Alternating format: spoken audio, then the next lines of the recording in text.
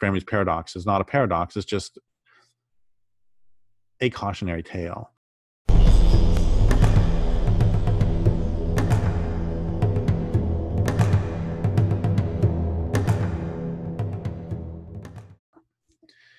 Enrico Fermi is generally considered to be one of the most intelligent people of the 20th century.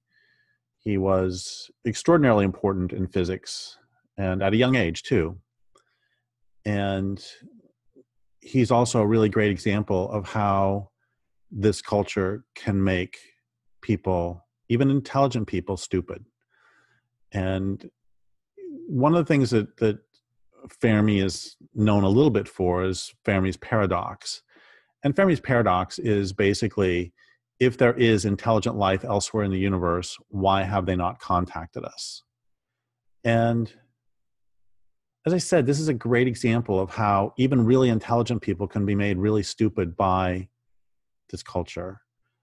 Because many solutions to Fermi's paradox have been proposed, such as there is nobody out there who is as intelligent as we are, which is very flattering, or that everybody out there is simply sleeping. And no, I'm not making that up. That's actually one of the solutions they suggest to Fermi's paradox is there are many intelligent beings out there, but they're sleeping.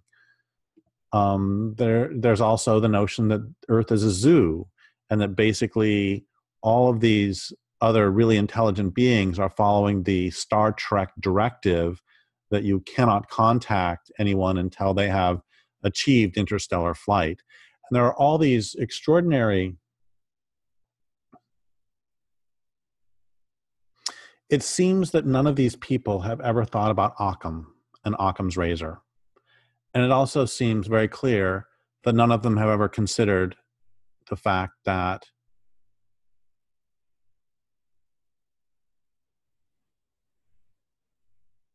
high-tech societies, first off, that intelligence does not correlate to high-tech, that intelligence does not necessarily lead to high-tech, and second, that high-tech is unsustainable, and it is functionally unsustainable, such that any culture that would create a high-tech society would destroy its planet and therefore not be able to communicate with you because they have killed themselves.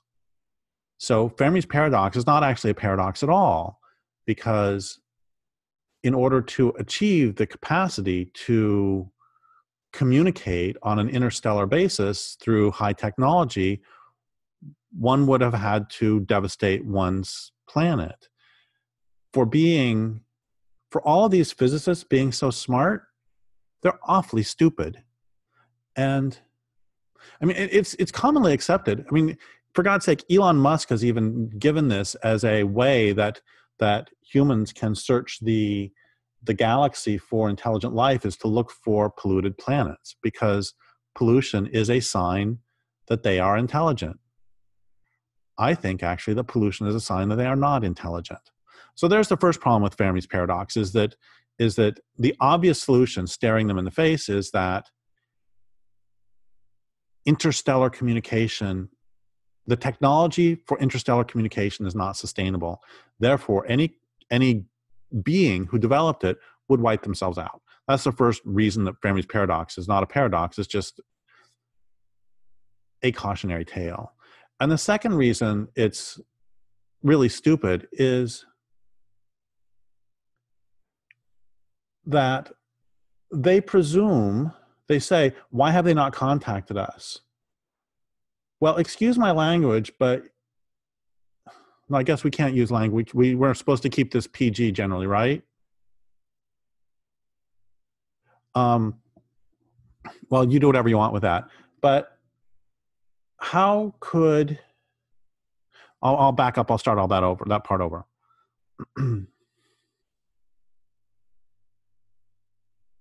The other problem with this is they say, why have they not contacted us?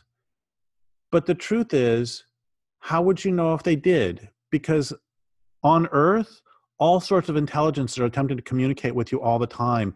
And what the fuck do you do with them? You test cosmetics on their eyes.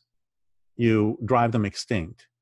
So how would you know if if an interspecies intelligence was attempting to communicate with you? Because you don't listen. Hell, men don't even listen when women say no. So you don't listen when salmon say they don't want dams and rivers. You don't listen when the oceans say they don't want to be killed. You don't listen anyway. So why the fuck should they contact you? The thing that makes us so stupid in this culture is the narcissism that makes it so we cannot see intelligence in anyone but us, and we cannot perceive anything that doesn't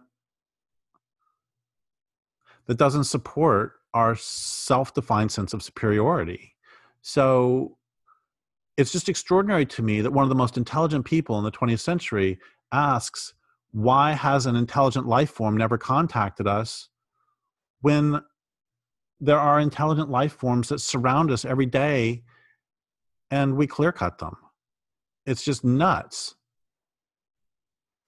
There's another thing about this too, which is just that it's always struck me that they search through the universe for intelligent life when, of course, it's all over this planet. And I mean, if they would get really, really excited if they found, if suddenly on Mars, one of the cameras there was able to see this furry little creature start hopping around and have long ears and wrinkle its nose. But again, when they see them on this planet, they test cosmetics on them. So I find it extraordinarily hypocritical and absurd that this culture is yearning to find intelligent life elsewhere in the universe when it's killing it on this planet. It's yet again a measure of this culture's not only narcissism, but absolute contempt for and hatred of life on this planet.